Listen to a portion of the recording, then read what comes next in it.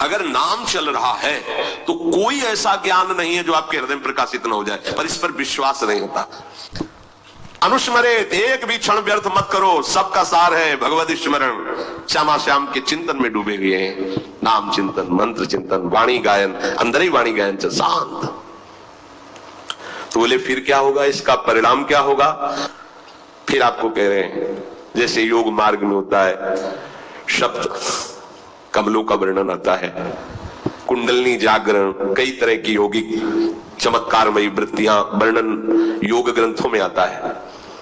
हम आपको अनुभव की बात कहते हैं, वो भी किए हैं, क्योंकि संन्यास मार्ग में चले तो नैष्ठिक ब्रह्मचर्य के समय था प्राणायाम, पद्मासन, संयम, नियम, जो जैसे गुरु कृपा से नाम में इतनी सामर्थ्य, बिना किसी प्राणायाम और पद्मासन लगाए अपने आप आपके जो चाहिए वो प्राप्त हो जाएगा। सप्त कमलों का भेदन, कुंडली का जागरण, सुषुम्ना नाड़ी का खुल जाना, ब्रह्मरंध्र से चिंतन होने लगना।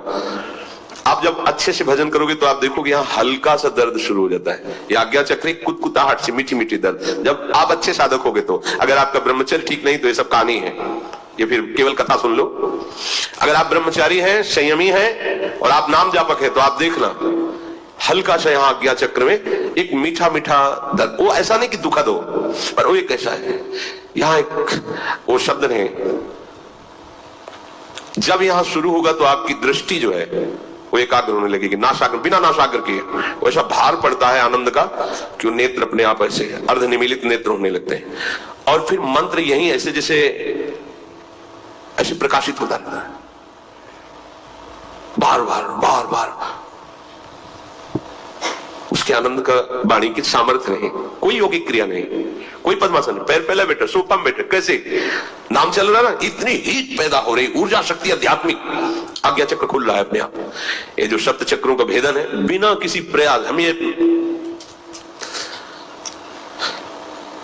पूरे शरीर में कंप शुरू हो जाएगा। अगर आपको एकाग्रता पूर्वक नाम जप करें तो संभाल नहीं पाएंगे, मतलब एक एक नस नाड़ी कांपने लगे, जागृत हो रही कुंडली।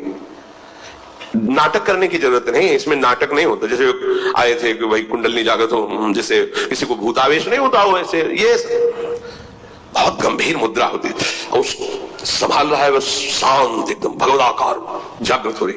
कुंडलनी जागृत करने में यौगिक क्रिया में धोखा हो सकता है। अगर कुंडलनी का मुंह जरा सा नीचे हो गया, मान के विचारी हो जाएगा, भ्रष्ट हो जाएगा। नाम जप की अगर वाला शब्द नहीं है, सीधे जागृत होती है। कौन सी सिद्धि है, कौन सा ऐसा परम लाभ जो नाम जप से नहीं प्राप्त? अच्छा, कुंडली जागरण का फल क्या होगा? भगवत प्राप्ति अगर ना हो तो किस काम करेगा? नाम सीधे फल की प्राप्ति कराता है। जब आग लगेगी तो कुछ नहीं बचेगा, सब भस्म हो जाएगा। ये नामाग्नि जीव ही प्रकट होगी, सब काम क्रोध सब भस्म, सब यंत्र खुल जाएंगे, सब सिद्धियां आ जाएंगी। विश्वास करो, अलग अलग से एक एक ठीक करने की जरूरत नहीं, सब जागृत हो जाएंगे। योग भगवान कराते हैं, अष्टांग योग में हम करते हैं, आसन, प्राणायाम, प्रत्याहार, ध्यान, धारणा, समाधि। और भक्त का योग भगवान कराते हैं। तेषाम शतत युक्तानाम भजताम प्रीति पूर्वकम ददामि बुद्धि योगम तम, ददामि मैं देता हूं उसे योग बल, मैं प्रदान कर। महायोगी श्री कृष्ण है। बुद्धि योगम तम ये नमाम उपयांति, मैं उसे योग, ये है निर्भय योग।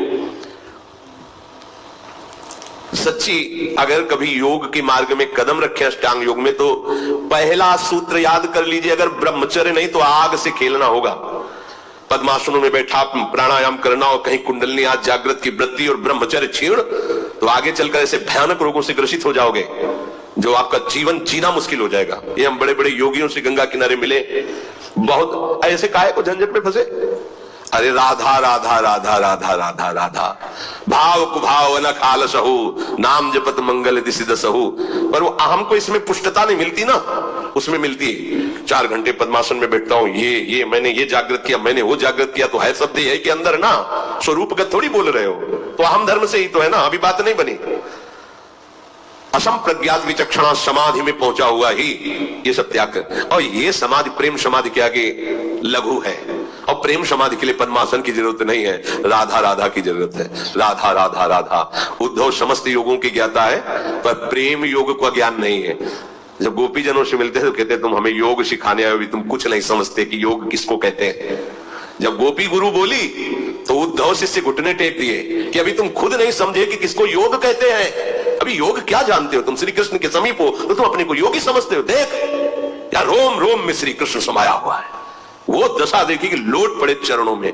प्रेम योगी से बड़ा कोई योग नहीं होता, और ये प्रेम किसी साधन से नहीं मिलता, ये केवल नाम प्रेम मूल यह